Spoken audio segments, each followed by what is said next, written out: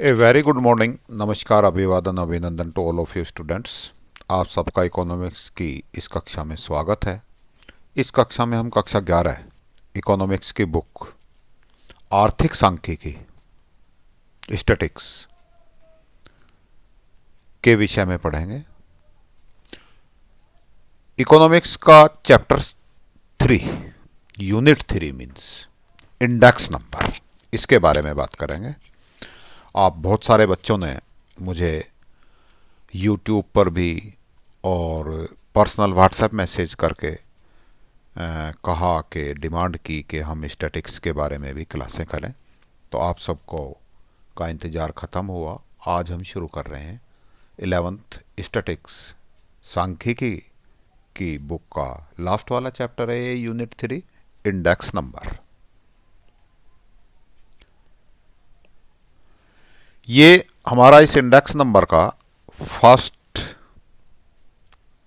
Unit है, sorry first class है, पहली लेक्चर है ये। तो हम इस लेक्चर में बात करेंगे, सबसे पहले शुरुआत करेंगे इसका इंडेक्स नंबर का सिलेबस क्या है। सिलेबस हम देखें तो introduction to index number, means सूचकांक। इंडेक्स नंबर को हिंदी में बोलते हैं सूचकांक। सूचकांक का परिचय मीन्स होता क्या है ये, क्या इसका मीनिंग है, कितनी तरह का होता है। उसमें से wholesale price index, consumer price index, wholesale का मतलब थोक मूल्य सूचकांक, उपभोक्ता मूल्य सूचकांक, इनके बारे में हम डिटेल में पढ़ेंगे, कैसे निकालते हैं, है ना।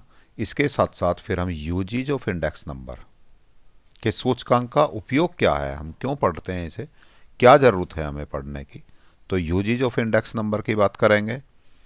और उसके बाद इन्फ्लेशन एंड इंडेक्स नंबर, मुद्रास्फीति और सूचकांक का क्या रिलेशन है, इंडेक्स नंबर से हम इन्फ्लेशन का कैसे पता लगाते हैं। तो चलिए शुरू करते हैं। सबसे पहले हम बात करें कि what is the meaning of index number, सूचकांक का अर्थ क्या है। चैप्टर शुरू करने से पहले हम एक छोटी सी बात करते हैं इससे चैप्टर से जुड़ी हुई। आप ये बताइए, पिछले 10 साल में, मीन्स आप 11th में हैं, तो जब आपने स्कूल जाना शुरू किया होगा, बचपन की कुछ तो याद होंगी, पिछले 10 साल में महंगाई बढ़ी है घटी है? भाई आप तो सीधा सा कह देंगे जी महंगाई तो बढ़ी है, हर साल ही बढ़ती है महंगाई, है ना। मान लीजिए मैं कहता हूँ जी महंगाई नहीं बढ़ी, आप कहते हैं कि जी देखो तेल के, सरसों का तेल बहुत महंगा हो गया, गेहूँ, चावल, है ना। मैं जूते खरीदता था या खरीदती थी, वो जूते भी अब महंगे हो गए। पहले ड्रेस सिलवाते थे, वो ड्रेस भी, कपड़े भी मेरे महंगे हो गए, है ना। इधर मैं तर्क देता रहूँगा कि भाई देखो पहले कॉल थी 2 रुपये पर मिनट की, अब कॉल कितनी, 60 पैसे पर मिनट मैक्सिमम, वरना और भी सस्ती हैं। भाई कॉल रेट, मोबाइल के कॉल रेट सस्ते हो गए। पहले 300 रुपये में 1 GB डाटा मिलता था, एक ज़माना वो भी था 2006 के आसपास। अब डाटा बहुत सस्ता हो गया। फिर मैं, आप कहोगे कि जी मेरे जूते महंगे हो गए, है ना, बाज़ार में सब्जियां महंगी हो गई, खाने का सामान महंगा हो गया, मकान किराए महंगे हो गए। मैं कहूँगा कि जी जो मोबाइल 2007, 8, 10 में जिन फीचर्स का मोबाइल 6000 में आता था, वो आज 1500 रुपये में आ रहा है, बहुत सस्ता हो गया। कौन सा मोबाइल था उस ज़माने में? कीपैड वाले मोबाइल थे। कीपैड वाला मोबाइल आजकल कितने में आ रहा है? 1000, 1500 रुपये, है ना। तो मैं कहूँगा मोबाइल भी सस्ते हो गए, कॉल रेट सस्ती हो गई, डाटा सस्ता हो गया, इलेक्ट्रॉनिक्स के और बहुत सारे आइटम बता दूंगा मैं सस्ते हो गए। तो कैसे पता लगे कि महंगाई बढ़ी या घटी? मैं तो कह रहा हूँ जी सस्ते हो गए, महंगाई तो घट गई, है ना। आपको लगेगा सर तो वैसे ही कर रहे हैं, ये चीज़ें तो मैं ठीक बता रहा हूँ ना, ये चीज़ें तो वास्तव में सस्ती हुई हैं। लेकिन आपका मन फिर भी नहीं मान रहा, फिर भी आप कहेंगे कि नहीं जी महंगाई तो बढ़ी है सर, है ना। तो इन सारी चीज़ों का कैसे पता लगे? हम तर्क वितर्क कितना भी करते रहें, कितनी भी चीज़ें गिनवाते रहें, आप फिर 2 चीज़ें मैं जिनमें रेट्स बढ़े हैं, कीमत बढ़ी है, वो गिनवा देंगे, फिर मैं 2 चीज़ें ऐसी बता दूंगा। भाई मैं कह दूंगा माचिस है, 10 साल पहले भी 1 रुपए की आती थी, आज भी 1 रुपए की आती है, कोई नहीं रेट बढ़े जी। तो ये इस विवाद का कोई अंत नहीं है। तो इसको हम कैसे पता करें कि महंगाई बढ़ी या नहीं बढ़ी? इसके लिए हमें सूचकांक की बात करेंगे। सूचकांक सही बता देगा कि महंगाई बढ़ी है या नहीं बढ़ी है। कैसे बताएगा, उसके बारे में हम इसको पढ़ेंगे। सूचकांक का यही इस्तेमाल है। Then value of money does not remains constant over time. महंगाई बढ़ने का एक दूसरा अर्थ भी होता है बेटा। हम कहते हैं कि वैल्यू ऑफ मनी कम हो गई। फॉर एग्जाम्पल, इसको बात को समझ लीजिएगा, क्योंकि अभी 12th में आपको फिर डिटेल में ज़रूरत पड़ेगी इस चीज़ की। मैं कहता हूँ कि मान लीजिए पहले चीनी 30 रुपये पर केजी थी, शुगर, या 25 रुपये, एक एग्जांपल लेते हैं, चलो हम 25 रुपये पर केजी का लेते हैं। तो मेरे 100 रुपये की में कितनी चीनी आएगी भाई? 4 केजी। अब चीनी के रेट बढ़ गए, चीनी हो गई 50 रुपये किलो। अब 100 रुपये में कितनी चीनी आएगी? 2 केजी। मीन्स मेरे 100 रुपये की जो परचेजिंग पावर थी, the purchasing power of 100 rupees is 4 KG sugar change to 2 KG sugar. मेरी जेब में जो 100 रुपये का नोट था, उसकी खरीद क्षमता पहले कितनी थी? 4 किलो चीनी की। कि भाई मैं 100 रुपये किसी को दूंगा, तो दुकानदार को दूंगा तो मुझे 4 किलो चीनी मिलेगी। इसका मतलब 100 रुपये में मैं 4 किलो चीनी खरीद सकता था। अब 100 रुपये में कितनी खरीद पा रहा हूँ? कुल 2 किलो। इसको हम कहते हैं कि हमारी रुपए की खरीद क्षमता कम हो गई, परचेजिंग पावर डिक्रीज हो गई। दूसरे शब्दों में हम इसको कह सकते हैं महंगाई बढ़ गई। और दूसरे शब्दों में बात करूं कि मनी की वैल्यू कम हो गई। क्या वैल्यू थी पहले? 4 केजी शुगर, अब कितनी? 2 केजी शुगर, है ना। एक तरह से जो पुराने ज़माने वाले 25 रुपये किलो में बात करूं, तो 100 रुपये की कीमत कितनी रहेगी? एक तरह से 50 रुपये रहेगी, क्योंकि उस ज़माने में 50 रुपये में 2 किलो चीनी आती होगी, अब 100 रुपये में 2 किलो चीनी आती है। तो इसका मतलब इसकी कीमत घट के आधी रह गई एक तरह से। दूसरे शब्दों में ये भी कह सकते हैं, इट मीन्स हम इसको कह सकते हैं कि वैल्यू ऑफ मनी कैसी हो गई? कम हो गई। और दूसरा, जो इकोनॉमिक्स की भाषा में बात करूं, तो ये इन्फ्लेशन होता है कि परचेजिंग पावर का कम हो जाना, मनी की वैल्यू का कम हो जाना, दैट इज इन्फ्लेशन, मुद्रास्फीति। तो ये याद रहेंगी चीजें, बोलो। Purchasing power of money reduce हो गई, इन्फ्लेशन हो गया, मुद्रास्फीति हो गई, देन वैल्यू ऑफ मनी कम हो गई। और हम अपनी आम भाषा में तो बात करते ही हैं कि जी क्या हो गया? महंगाई बढ़ गई। ये तो हम कह ही देते। समझ आई बात? देन तो हम बात कर रहे थे कि वैल्यू ऑफ मनी हमेशा कांस्टेंट नहीं रहती, कभी बढ़ जाती है, कभी कम हो जाती है। ज़्यादातर कम ही होती है, क्योंकि आपकी बात का मैं समर्थन भी करूँगा कि महंगाई बढ़ती है ज़्यादातर। बस इतना फ़र्क होता है हिंदुस्तान में तो, कि कभी धीमे धीमे बढ़ती है, कभी तेज़ी से बढ़ जाती है, बस इतना ही फ़र्क होता है। महंगाई बढ़ ही रही है, कुछ चीज़ों के कांस्टेंट हैं, बाकी चीज़ों के बढ़ रहे हैं, है ना। तो वैल्यू ऑफ मनी कभी भी कांस्टेंट नहीं रहती है, कम भी हो सकती है, ज़्यादा भी हो सकती है। It is inversely related to the change in the price level. कीमत से, कीमत का जो स्तर है उससे इनवर्सली जुड़ी हुई है।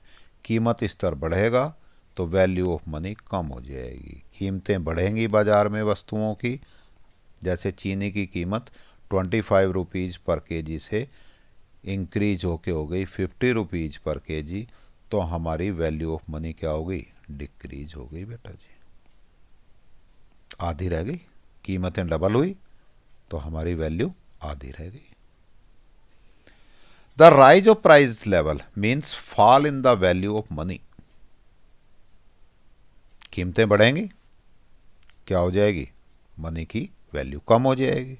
यदि कीमतें कम हो जाती हैं, प्राइस लेवल में, कीमत स्तर में कमी आती है, जो कि अक्सर होता नहीं है। सब्जियों वगैरह के केस में आप देख सकते हैं कि पिछले महीने कुछ प्याज ज़्यादा महंगी थी, इस महीने सीजन आ गया कुछ सस्ती हो गई, तो उस केस में क्या होगी, हमारी प्राइस, जब प्राइस लेवल फॉल होगा तो हमारी वैल्यू ऑफ मनी राइज हो जाएगी। It means price and value of money दोनों एक दूसरे से इनवर्सली रिलेटेड हैं। प्राइस बढ़ते हैं, वैल्यू ऑफ मनी कम हो जाती है, प्राइस कम होते हैं, वैल्यू ऑफ मनी बढ़ जाती है। 10 change in the value of money are reflected by change in the general level of price. It means ये वैल्यू ऑफ मनी कितनी होगी, ये किस पे डिपेंड करेगा बेटा जी, कीमत स्तर पर, लेवल ऑफ प्राइस पर।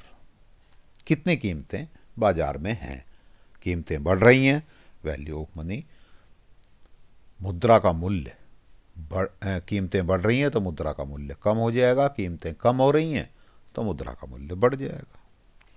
Changes in general level of price can be measured by statical device known as index number. अब ये प्राइस लेवल कितना चेंज हुआ, कीमत स्तर में कितना परिवर्तन हुआ, अभी तो हम तो, आप और मैं तो ये डिसाइड नहीं कर पाए कि महंगाई बढ़ रही है या घट रही है।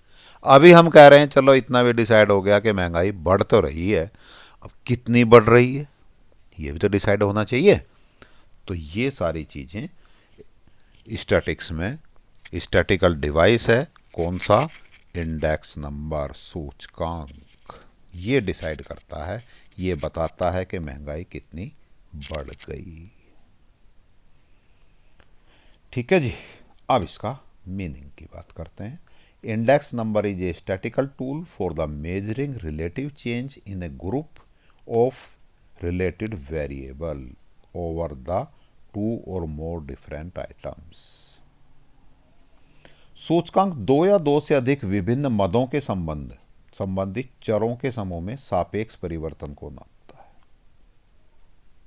दो चर हैं हमारे पास, उनमें कितना परिवर्तन हुआ, एक दूसरे सापेक्ष मतलब है एक में दूसरे को देखते हुए कितना चेंज हुआ, ये कहलाता है सूचकांक।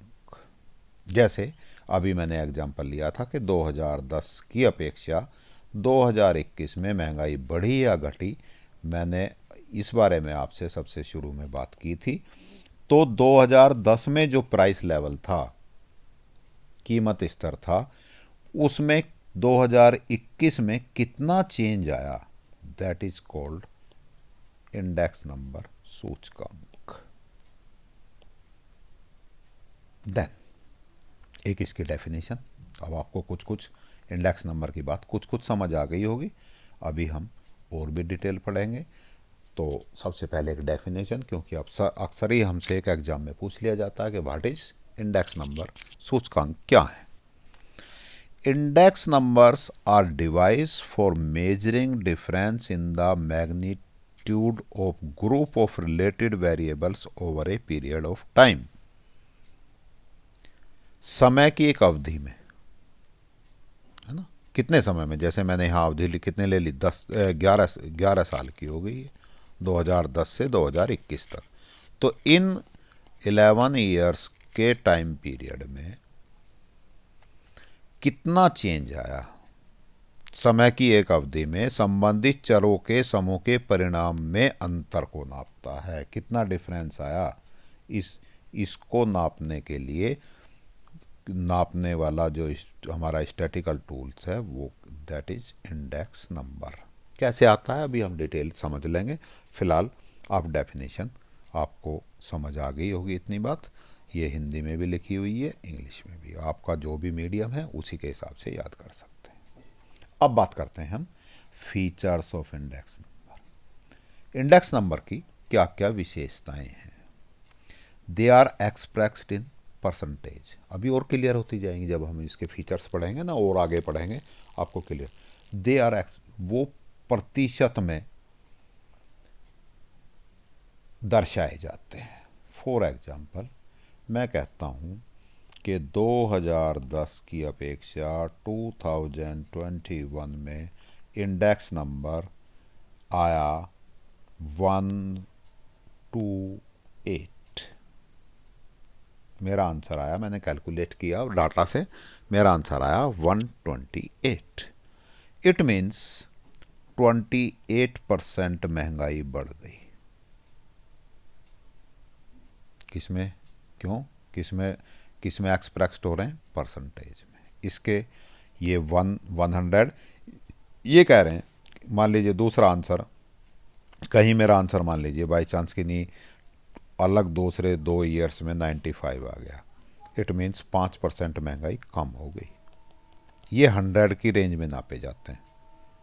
यहाँ 100 के कितने हो गए? इट मीन्स 100 रुपीज़ की वैल्यू चेंज होके सॉरी प्राइस लेवल जो 100 था वो चेंज होके 128 हो गया। इस केस में 95 हो गया। अब 95 होने का मतलब है कि 100 जो वस्तु 100 रुपये की थी अब कितने की रहेगी? 95 की रहेगी। It means price level down हुआ है। प्राइस लेवल डाउन होने का मतलब है कि वैल्यू ऑफ मनी हमारी क्या हो गई? इंक्रीज हो गई, है ना। देन तो इंडेक्स नंबर मेजर रिलेटिव और percentage change in the variables over time. It presents an estimate percentage change in the price with reference to some selected base year. नया वर्ड आ गया बेटा जी, बेस ईयर। नया कुछ नहीं है, मैं शुरू से ही हर चीज़ों का जिक्र करके रखता हूँ, इसीलिए आपको कहानी सुनाई थी। मैंने कहा था 2010 की अपेक्षा 2021 में महंगाई बढ़ी या कम हुई, इसी की बात की थी मैंने। कौन से ईयर की से कंपेयर कर रहे हैं हम? That is called base year. इसको हिंदी में कह देंगे बेटा जी आधार वर्ष। ठीक है। कंपेयर्ड टू बेस ईयर, ये कौन सा ईयर कहलाएगा बेटा जी? करंट ईयर, वर्तमान वर्ष। मीन्स हम बेस ईयर से वर्तमान वर्ष की तुलना कर रहे हैं। ये बेस ईयर हमेशा 2010 होगा ऐसा ज़रूरी नहीं है, 2014 भी हो सकता है, 2008 भी हो सकता है ना। ये कैसे कैसे होगा इसके बारे में थोड़ी सी डिटेल हम आगे भी पढ़ेंगे। तो समझ आई? जो पिछले जिससे हम कंपेयर कर रहे हैं, इट मीन्स आपके पास 2 ईयर होंगे। जो आपके बड़े वाला ईयर है वो वाला कहलाएगा करंट ईयर, और जो इससे पीछे वाला ईयर है दैट इज बेस ईयर। अभी आप इतना ही समझ लो कि पुराने वाला ज़्यादा पुराना साल जो है, इन दोनों को कंपेयर करेंगे, वो कहलाएगा आधार वर्ष, और जो कम पुराना साल है वो कहलाएगा वर्तमान वर्ष। Then index number are special type of average. Special type की एवरेज है। क्यों? क्योंकि ये परसेंटेज में एक्सप्रेस होती हैं, दर्शाई जाती हैं। Whereas mean, median and mode measures in absolute change and are used in compare only those series which are expressed in the same unit। है ना। मीन मोड मीडियन तो आपने पढ़े हैं। एब्सोल्यूट आंसर आता है इनका, और ये उन्हीं को कंपेयर कर सकते हैं जिनकी यूनिट सेम हो। The technique of index number is use to measure to relative change in the level of phenomenon where the measurement of absolute change is not possible. The series are expressed in different types of item। Then दूसरा इनकी विशेषता quantitative expression. 2 तरह का, qualitative, quantitative. Quantitative कौन सी चीज़ होती हैं? जिनको हम अंकों में व्यक्त कर सकते हैं, मात्रा बताती हैं। और क्वालिटेटिव जो गुण बताते हैं, जैसे ईमानदारी।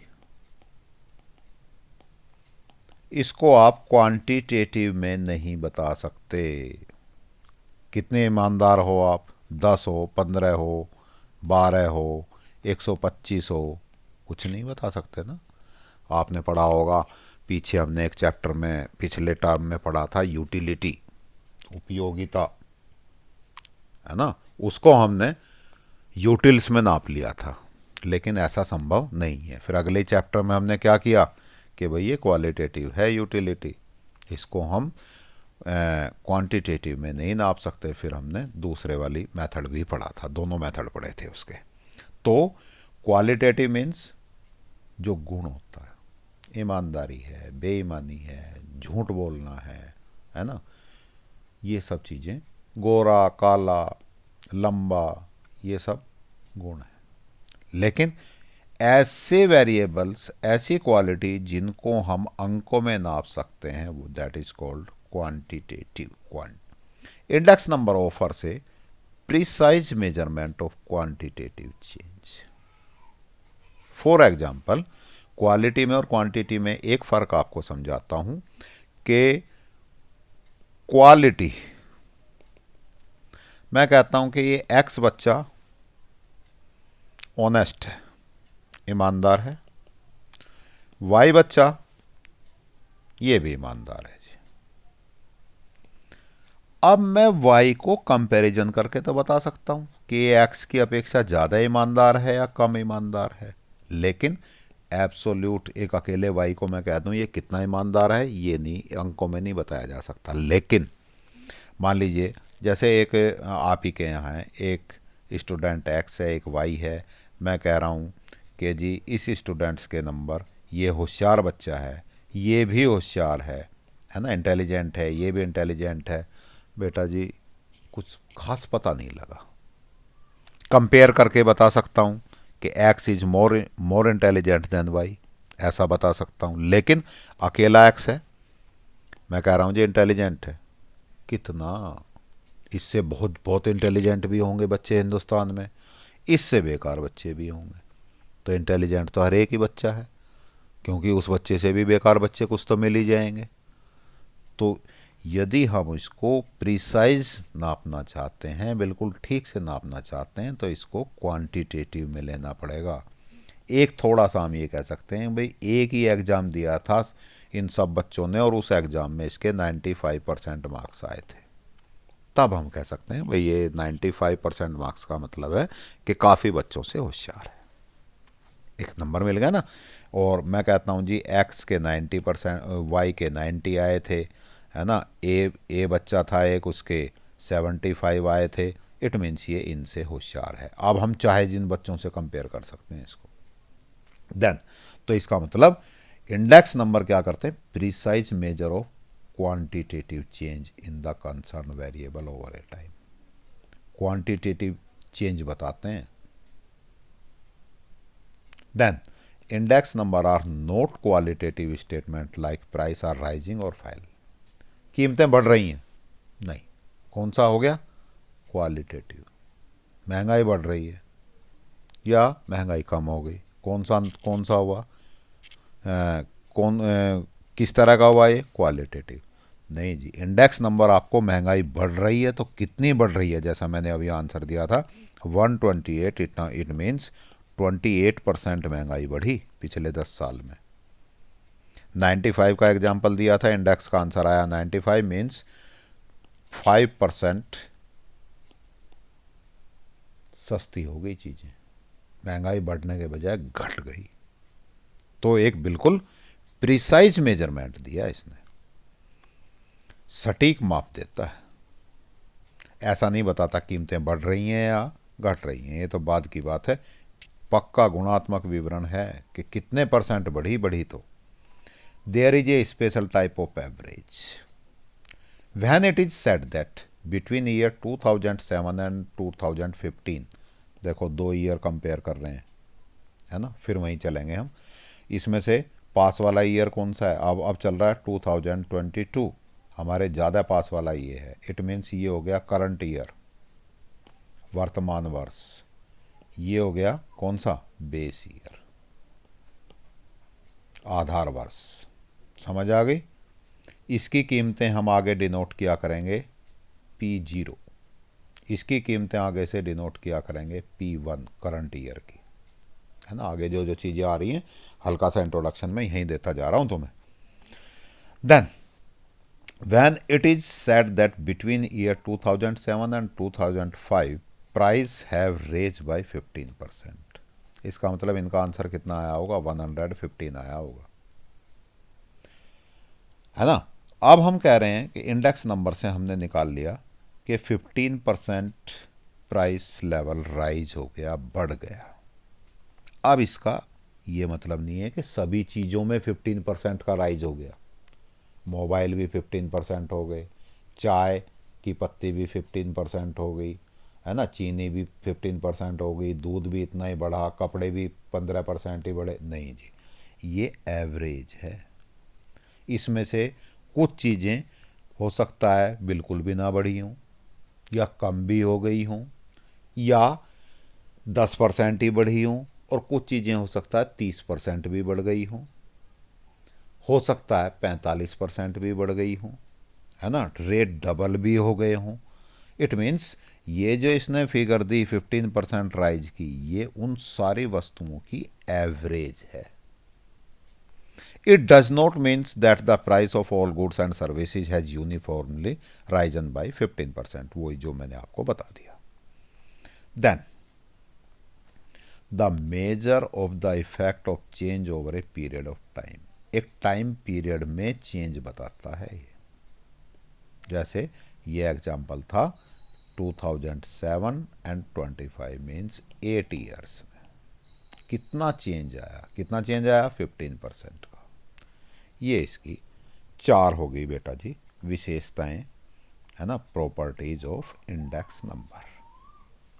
देन आगे अब शुरू करते हैं डिफिकल्टीज और problems in the construction of index number. सूचकांक को जब हम बनाते हैं में क्या कठिनाइयाँ या समस्या आती है। पहली, defining the purpose of index number. Index number हम जब बना रहे हैं तो इंडेक्स नंबर्स जब हम बना रहे हैं तो वो हमें डिफाइन करना होता है कि जी हम किस लिए बना रहे हैं, क्योंकि हमारे पास बहुत सारी तरह के इंडेक्स नंबर्स होते हैं। जैसे सीपीआई, सीपीआई का मतलब कंज्यूमर प्राइस इंडेक्स। यदि हम कंज्यूमर्स पे इफेक्ट देखना चाह रहे हैं वैल्यू ऑफ मनी का, तो हमें कौन सा लेना पड़ेगा, उपभोक्ताओं के लिए उपभोक्ता कीमत सूचकांक। सीपीआई का मतलब होता है उपभोक्ता कीमत सूचकांक, consumer price index. It means हमें कंज्यूमर्स का वास्ता कहाँ से पड़ता है, रिटेल मार्केट से। तो इसका मतलब हमें प्राइजेस कहाँ से लेने पड़ेंगे, रिटेल मार्केट से। यदि एक होता है होलसेल प्राइस इंडेक्स, WPI, ये आपके सिलेबस में भी है, पढ़ेंगे अभी हम डिटेल में आगे। Wholesale price index means wholesale price index है थोक मूल्य सूचकांक। तो हमें फिर प्राइसेस कहाँ से लेने पड़ेंगे, होलसेल मार्केट से। इसका मतलब ये हुआ कि हमें पर्पज ऑफ इंडेक्स नंबर, सूचकांक का उद्देश्य हमें पहले से ही डिसाइड करके ही आंकड़े इकट्ठे करने पड़ेंगे। तो construction of index number is significantly influenced by the objective और पर्पज ऑफ द स्टडी। हम क्यों स्टडी करना चाह रहे हैं, उसके लिए हमें ये चीज़ें बेस वही लेना पड़ेगा, वहीं से आंकड़े लेने पड़ेंगे। यदि हमने होलसेल मार्केट से तो डाटा उठा लिए और कंज्यूमर प्राइस इंडेक्स निकाल रहे हैं हम, तो फिर कोई ज़्यादा अच्छा नहीं होगा।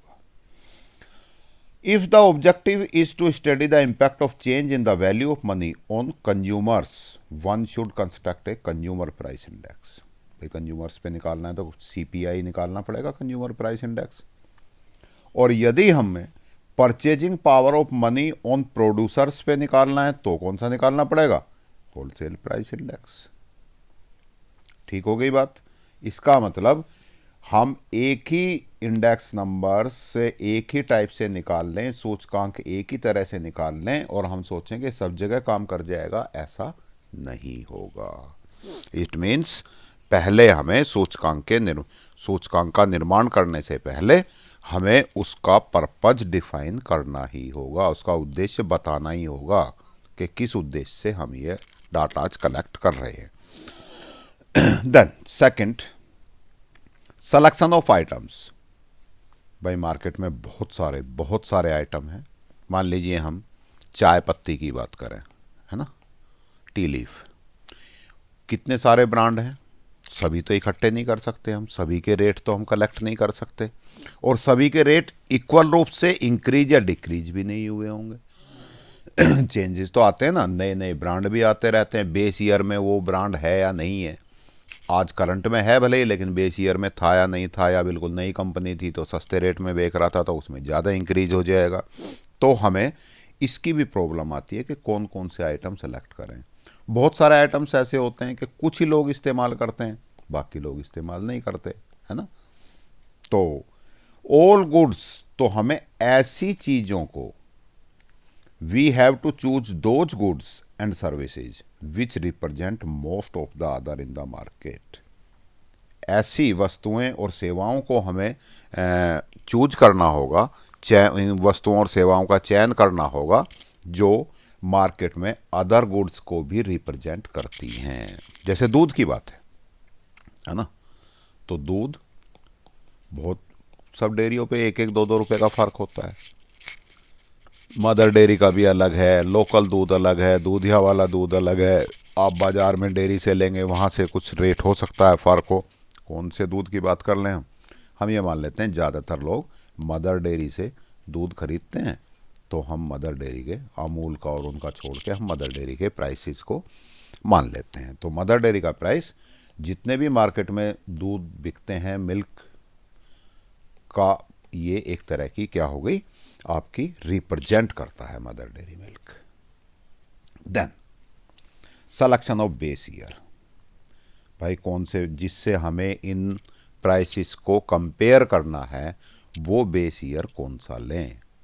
जैसे फ़िलहाल 2022 चल रहा है ना, 22 तो अभी शुरू हुआ है, मान लीजिए 2021 में हम कंपेयर करना चाहते हैं। अब हमारे साथ समस्या क्या आएगी, इसको कंपेयर किससे करें, 2014 से करें, 2010 से करें, है ना, 2019 से करें, या 2099 से करें, कौन से ईयर से। बेस ईयर के सिलेक्शन की बड़ी प्रॉब्लम है ना। इसके एक्सरसाइज में भी मैंने एक क्वेश्चन डाल रखा है कि बेस ईयर को सेलेक्ट कैसे करते हैं, बहुत डिटेल में लिखा हुआ है। फिलहाल हम इतना पढ़ रहे हैं कि सिलेक्शन ऑफ बेस ईयर एक बड़ी डिफ़िकल्टी है। क्यों है, क्योंकि हर एक बेस ईयर में कुछ ना कुछ दिक्कतें होती हैं। मान लीजिए उस देश का उस वर्ष युद्ध हो गया किसी पड़ोसी देश से, या किसी से वार में था वो, तो जब वार टाइम होता है मार्केट में प्राइसेस बहुत बढ़ जाते हैं। जब शांति काल होता है प्राइसेस नॉर्मल होता है। उस साल फसल अच्छी नहीं हुई, मतलब मानसून अच्छा नहीं था, तो क्या होगा, खाद्यान्न वस्तुएं के रेट्स क्या होंगे, उस साल बहुत महंगे होंगे। तो हमें ये सारी चीज़ें जैसे अब पैंडेमिक थी, पैंडेमिक में उत्पादन नहीं था तो चीज़ों के रेट बढ़ गए, प्रोडक्शन ज़्यादा नहीं हो पाया था। तो ऐसा बेस ईयर लेना पड़ेगा हमें जो नॉर्मल ईयर हो। नॉर्मल ईयर का मतलब क्या हो गया बेटा जी, नॉर्मल ईयर का मतलब उस साल कोई विशेष परिस्थितियाँ, कोई आपत्तिजनक चीज़ें, कोई बहुत अप्स एंड डाउन्स ना आए हों। एक साधारण सा साल गुजरा हो, भाई ठीक ठाक ही मानसून रहा है, और कोई ऐसा झगड़ा भी नहीं रहा, कोई दंगे फसाद नहीं रहे, देश के बहुत बड़े हिस्से में बाढ़ भी नहीं आई।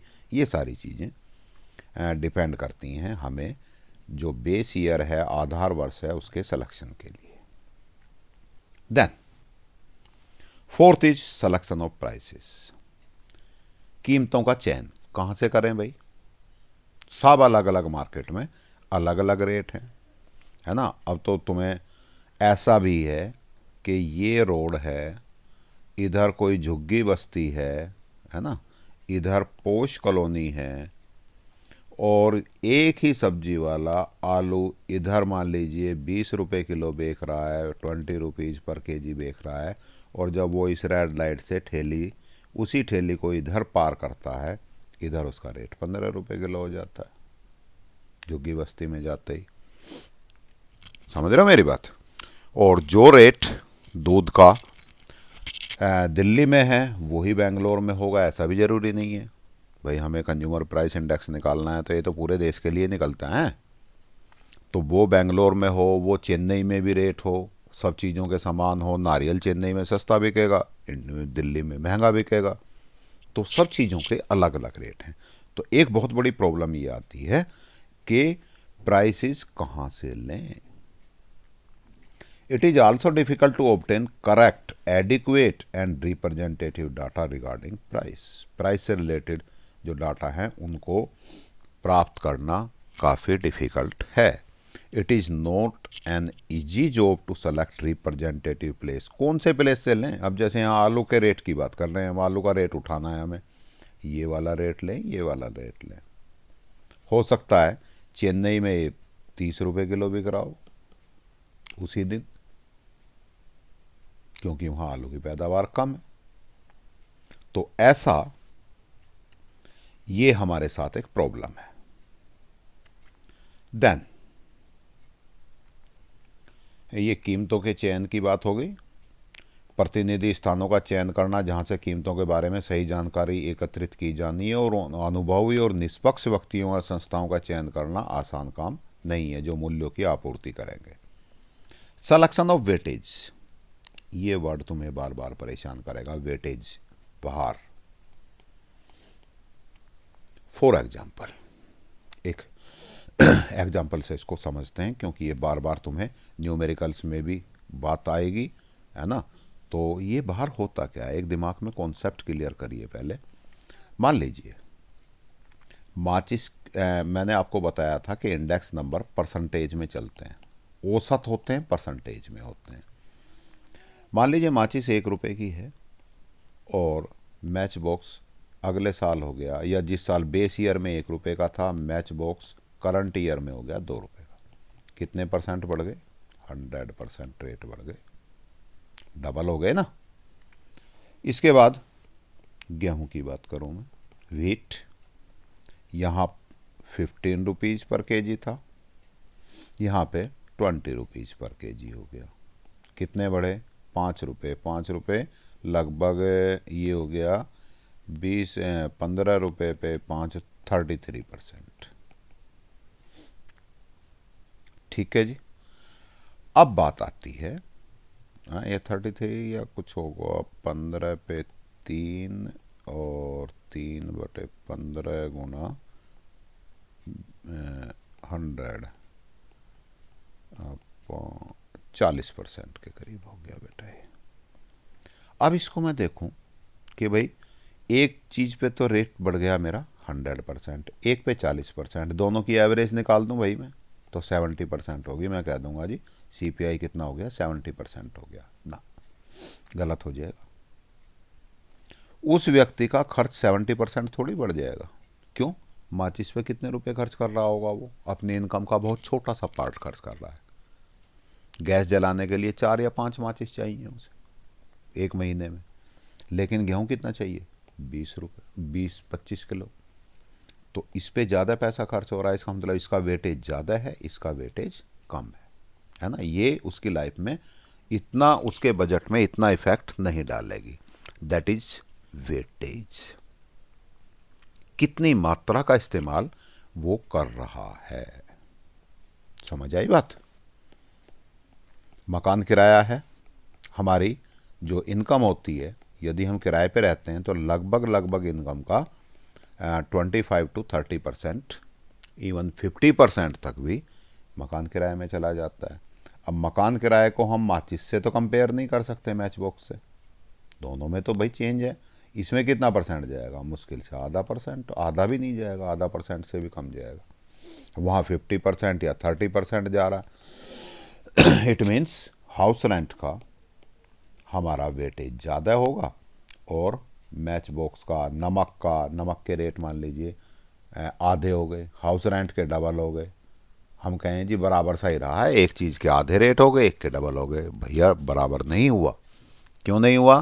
क्योंकि नमक कितना, 1 किलो नमक खाओगे, पहले 20 रुपए का आता था, अब 10 रुपए का आ गया, चलो जी हाफ हो गया, तो कितने रुपए बचे, 10। हाउस रेंट डबल हो गया, पहले 10,000 रुपये देते थे, अब 20,000, तो 10 रुपए बचे, 20 और 10,000 फालतू खर्च हो गए, तो बराबर थोड़ी हुआ, 10 रुपये और 10,000, तो उसका तो बजट बिगड़ जाएगा। और इधर हमारे डाटाज क्या कहेंगे, हमारा इंडेक्स नंबर, सूचकांक इंडेक्स नंबर क्या कहेंगे कि भाई कोई फर्क पड़ा नहीं, बराबर ही है। तो हमें वेटेज का सिलेक्शन करना होगा। अब वेटेज की बात करते हैं। वेटेज की कॉन्सेप्ट क्लियर हो गया। अब वेटेज की यदि हम बात करें तो वेटेज क्या है भाई, उनके वस्तुओं को उनके सापेक्ष महत्व के अनुसार बाहर दिया। अब प्रत्येक फैमिली का किन वस्तुओं और सेवाओं को महत्व देते हैं, सबका अलग अलग है। फॉर एग्जाम्पल, एक व्यक्ति कार रखता है तो उसका पेट्रोल के रेट उसके काफ़ी कुछ डिपेंड करेंगे, वेटेज देना पड़ेगा। एक व्यक्ति साइकिल चलाता है, साइकिल से ही काम कर रहा है, इसका मतलब इसका वेटेज अलग होगा। पेट्रोल की कीमतें बढ़ने पर इसकी लाइफ में कोई ज़्यादा चेंज नहीं आएगा, तो ये भी देखना है उन्हें। Then next problem is choice of an average formula. Average formula क्या है भाई हमारा, बहुत सारे फॉर्मूले हैं, जैसे लास्फेयर मेथड है, पास्चे मेथड है, फिशर्स मेथड है। हमें कौन सा मेथड इस्तेमाल करना है, क्योंकि सब मेथड से आंसर लगभग एक समान आते हैं लेकिन थोड़े थोड़े डिफरेंट आते हैं, तो हमें कौन सा इस्तेमाल करना है ये हम डिसाइड करना होगा। देन तो ये हो गए आपके प्रॉब्लम्स, कितनी 6 प्रॉब्लम्स हो गई। कौन कौन सी प्रॉब्लम हुई बेटा जी, यहाँ से शुरू की थी हमने कि कंस्ट्रक्शंस ऑफ इंडेक्स नंबर में क्या क्या डिफ़िकल्टीज या प्रॉब्लम्स हैं। Defining the purpose of index number, है ना, सूचकांक के उद्देश्य को परिभाषित करने की समस्या है। दूसरी समस्या सिलेक्शन ऑफ आइटम्स, वस्तुओं और सेवाओं के चयन की समस्या है। तीसरी सिलेक्शन ऑफ बेस ईयर, आधार वर्ष के चुनाव की समस्या है, चयन की समस्या है। Fourth one is selection of prices, कीमतों का चयन की समस्या है। And fifth one is selection of weightage, भार का चयन कैसे करें ये समस्या है। And choice of an average formula, कौन से फार्मूले का हम उपयोग करेंगे उसकी एक समस्या है कि हमें ये सोचना पड़ेगा, और हर एक फार्मूले से थोड़े थोड़े से अलग आंसर आएंगे। देन तो चलिए आज का टाइम हो गया है, तो हम अपना ये चैप्टर आज यहीं ये क्लास ख़त्म करते हैं। आपको मेरी बातें समझ आई होंगी, आपको कुछ कुछ इंडेक्स के नंबर के बारे में कॉन्सेप्ट क्लियर हुए होंगे, क्या इंडेक्स नंबर क्या होता है, कैसे हम इसको बनाते हैं, ये तो अभी आगे पढ़ेंगे, लेकिन क्या इसके लिमिटेशंस हैं, क्या इसको कंस्ट्रक्शन करने में प्रॉब्लम्स हैं, ये सारी चीज़ें आपको क्लियर हो गई होंगी, ऐसी मुझे उम्मीद है। एक बार और दोबारा पढ़ेंगे तो ज़्यादा अच्छे से आपको क्लियर हो जाएंगे, अपनी किताबों में पढ़ लेना, है ना। और जब आप ये मेरी वीडियो देखते हो तो किताब साथ लेके बैठो, बीच में पॉज कर करके एक बार किताब से भी पढ़ के देखो कि क्या किताब में भी ये चीज़ें हैं, और जो हैं तो उनको अंडरलाइन कर लो या टिक मार कर लो, कुछ ऐसा कर लो कि भाई ये हमें याद करनी है, क्योंकि किताब में बहुत सारी चीज़ें ऐसी भी होती हैं जो सिलेबस में नहीं हैं हमारे इस साल के, वो बिना मतलब नहीं पढ़नी है, जो जो नहीं है वो मैं आपको बताता रहूँगा। चलिए ठीक है, आपने मेरी बातें सुनी, इसके लिए आपका धन्यवाद। आपका दिन शुभ हो,